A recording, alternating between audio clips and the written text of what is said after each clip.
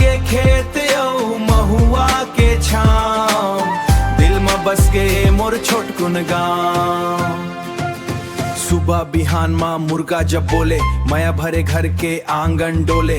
Mummy कहे बेटा खाना ले आ, बापू खेत माँ धूप में रोपे धान। नदी के पानी हवा ठंडी ठार, गांव के जिंदगी में सच्चा प्यार। ना दिखावा ना झूठ के खेल, सब जन संग हंसी खुशी मेल। शहर वाले पूछे गांव मका है, मैं कहूँ यहाँ जिंदगी के मजा है। पेड़ के छाँव और माटी के खुशबू, इहिच मोर दिल के आरजू। अरे सुन रे दुनिया वाले, गांव के बात निराला। यहाँ अपनापन जिंदा है, माया बर खुले हवाला।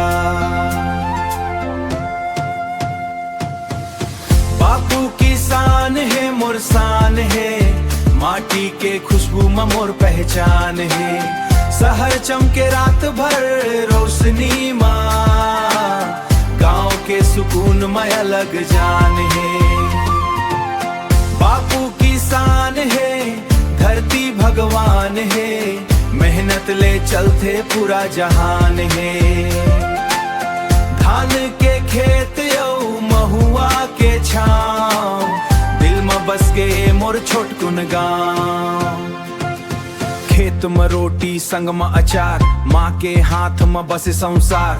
थक जाथन फिर मुस्कान रही थे, गरीबी में घलो सम्मान रही थे। बजरंग बली के नाम ले दिन, गांव के गली में बस थे चैन।